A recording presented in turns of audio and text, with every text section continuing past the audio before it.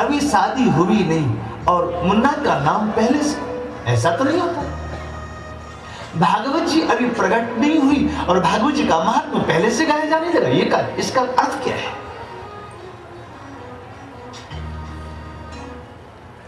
दिल्ली में एक संत से अकबर ने पूछा, अकबर पूछे फकड़ा,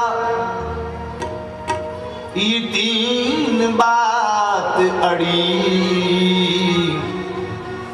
सड़ासी निहाई हथौड़ी, इनमें पहले कौन घड़ी।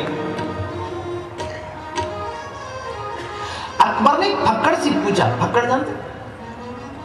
फक्कड़ को पूछा, ए फक्कड़, हाँ पहले हथौड़ी बनी या लोहा कूटने वाला एक बड़ा लोहा होता है नीचे में रखते हैं, उसको निहाई बोलते हैं, या पहले निहाई बनी, अथवा तो गरम गरम लोहा को उठाने वाली उससे पकड़ होती है, सड़सी बोलते हैं उसको, पहले क्या बने? फक्कड़ ने मुस्कुराते हुए कहा कि तेरे और मेरे जैसे लोग जो होते हैं वो आगे पीछे करते हैं, लेकिन मेरा ठाकुर आगे पीछे नहीं करता है। आगे पीछे वो करे जो असमर्था होय, सब रथ मेरा साइया, वो जो चाहे सो होय, वो जो चाहे सो।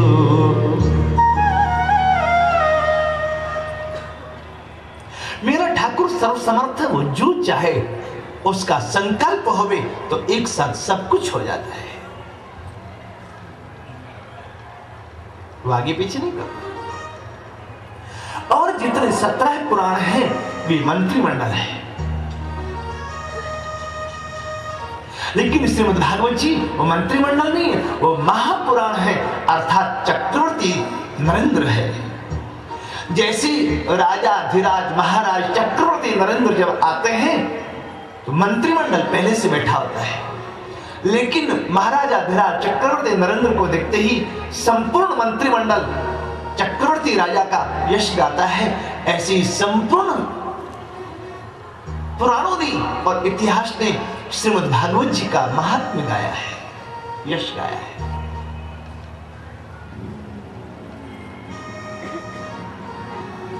बड़े लोग सबसे अंतिम में आते हैं, बिल्कुल ऐसे ही श्रीमद् भागवत जी का प्राकट्य सबसे अंतिम में होता है। कर्मकांड में हमारे विद्वज्जन जो पूजा करवाते हैं, पहले गणेश जी की पूजा, फिर नवग्रह षोडश मातृका कलश ये वो सब करो, फिर अंतिम में अप्रधान पूजा। तो और जो जितने पुराण प्रकट हुए वो सब वैसे ही नवग्रह षोडश मातृका ये सब, लेकिन श्रीमद् भागवत जी वो तो प्रधान पूजा सबसे अंतिम में होती है। पद्म पुराण के 6 अध्यायों में श्रीमद् भागवत जी का महात्म्य, इसका तात्पर्य 6 शास्त्र सांख्य मीमांसा व्याकरण ज्योतिष कर्मकांड, ये समस्त ग्रंथ ये समस्त शास्त्र वो श्रीमद् भागवत जी की महिमा का है। 6 अध्याय का मतलब 6 शास्त्र सब ग्रंथन को रस।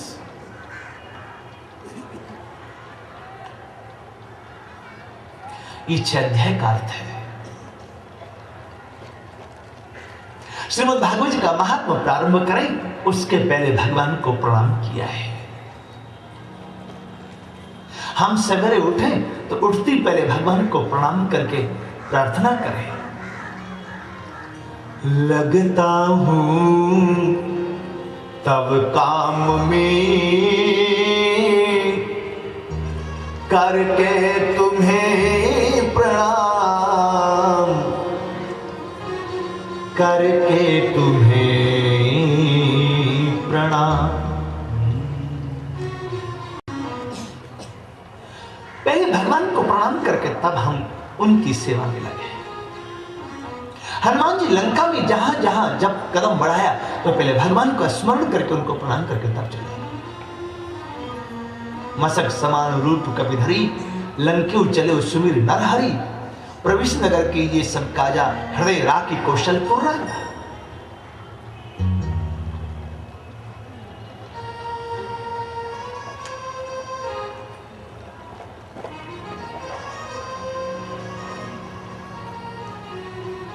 यह कई नाय सवनि कहु माथा, चले हरस ही धारी रघुनाथा। तो पहले श्रीमद् भागवत जी के महात्म के प्रारंभ में परमात्मा को प्रणाम किया है। सच्चिदानंद रूपाय विश्वोत्पत्त्यादि हेतवे तापत्रय विनाशाय श्री कृष्णाय वयं श्री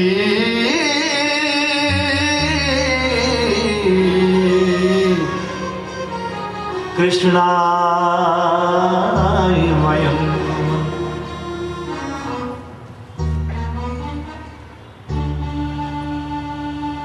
परमात्मा श्री कृष्ण के चरणों में प्रणाम किया है। भागवत जी रस सिंधु है। रस मीन्स लिक्विड फॉर्म का ठाकुर। भगवती श्रुति ठाकुर कहती रसो वैसा, ये परमात्मा रस स्वरूप है और रस कहीं एक जगह नहीं रहता, वो बहता है। जो बहे उसको रस कहते हैं। वो परमात्मा रस नीचे बहे, उसको बहते हुए को धारा कहते हैं।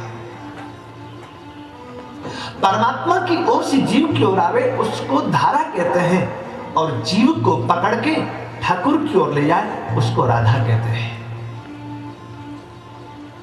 धारा का उल्टा राधा।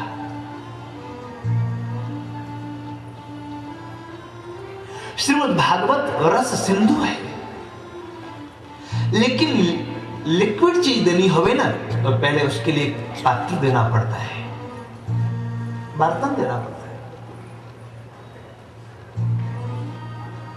श्रीमद् भागवत जी के महात्म के प्रारंभ में एक श्लोक में संपूर्ण वेदांत भरा है। महात्म में भी पहले वेदांत है, और जब श्रीमद् भागवत जी का मूल कल प्रारंभ होगा तो उसमें भी पहले वेदांत की भाषा बातें हैं। कुछ कोई ये ना समझे कि ये ग्वाले कृष्ण का चरित्र है, कोई ये ना समझे कि ये नंद के बेटा का ही चरित्र है। नंद का बेटा है, वो बाद में हुआ है, लेकिन पहले वो सच्चिदानंद रूपाय, वो परमात्मा सत्य रूप, चिद रूप और आनंद रूप है। सत किसको कहते हैं? जिसका कभी विनाश नहीं होवे वो सत है।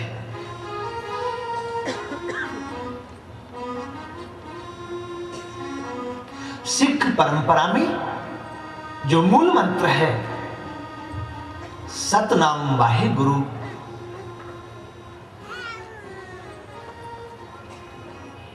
सत में श्रीमद् भागवत जी है और वाहे गुरु में रामचरितमानस है। श्रीमद् भागवत सत से प्रारंभ होती है। महात्म प्रारंभ हुआ तो सच्चिद आनंद, और मूल प्रारंभ होगा तो सत्यम परम धीमहि कह करके मंगलाचरण करेंगे। तो श्रीमद् भागवत ये सत है, सत नाम है, और रामचरितमानस वाहे गुरु का स्वरूप है। बंदहु गुरु पद पद्म परागा, सुरुचि सुवास सरस अनुराग। बंदहु गुरु पद पद्म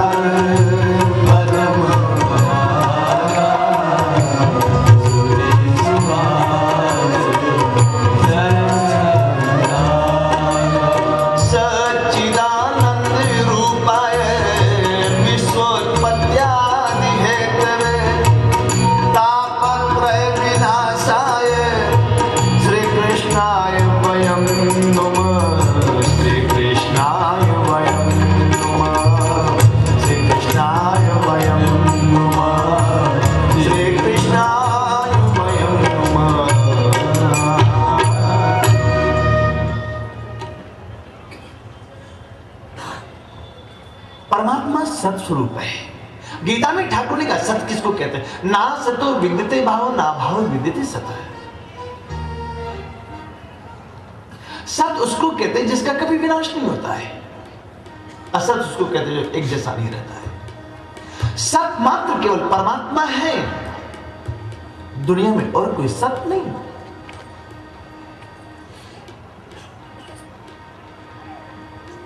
औरों के लिए तो लिखा हुआ है जन्म और मृत्यु का पंजीकरण कर रहा है। ठाकुर का ने जन्म का पंजीकरण नहीं, मृत्यु का पंजीकरण, वो सत्य है। चित्त कहते हैं चैतन्य को, आनंद, आनंद उसको कहते हैं जो आपके हमारे सबके हृदय में जीने की शक्ति देता है। आनंद खत्म हो जाए तो व्यक्ति आत्महत्या कर लेगा या तो पागल हो जाएगा।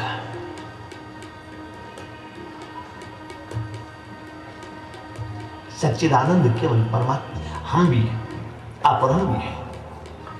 फर्क इतना है, वो परमात्मा सत सिंधु है, हम सत बिंदु हैं। वो चिद सिंधु है, हम चिद बिंदु हैं। वो आनंद सिंधु है, हम आनंद बिंदु हैं। अस प्रभु हृदय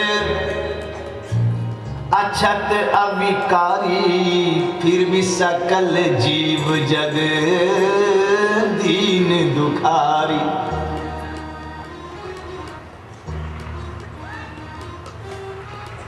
वो परमात्मा सच्चिदानंद स्वरूप हमारे हृदय में है और हम भी ईश्वर अंश जीव अविनाशी, अविनाशी मानी सब, चैतन्य मानी चिन्ह, सहज सुख रस मानी आनंद। ईश्वर अंश जीव अविनाशी चेतन अमल सहज सुख रस, फिर भी हम दुखी। सिंधु सिंधु ही होगा, बिंदु बिंदु ही रहेगा। उस परमात्मा की सत्संकल्प में इतनी क्षमता है, जो चाहे तो विश्व बना सकता है, विश्व का पालन पोषण कर सकता है, विश्व का विनाश कर सकता है। ये किसी और में क्षमता नहीं है।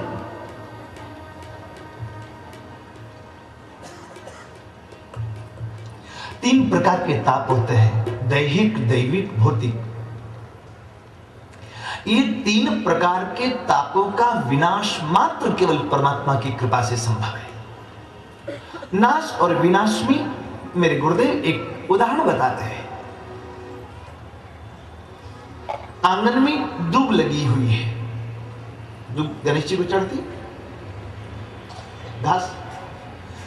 आपने उस घास को निकाला और वो घास की जड़ नीचे रह गई, घास आपके हाथ में आ गया, तो वो दूब का नाश है, विनाश नहीं हुआ, क्योंकि अभी जड़ भी नीचे में है। और यदि जड़ के सहित बाहर आ जाए तो वो उसका विनाश हो गया। ऐसे ही हमारे ताप का नाश तो कोई भी कर सकता है, विनाश तो केवल परमात्मा ही कर सकता है।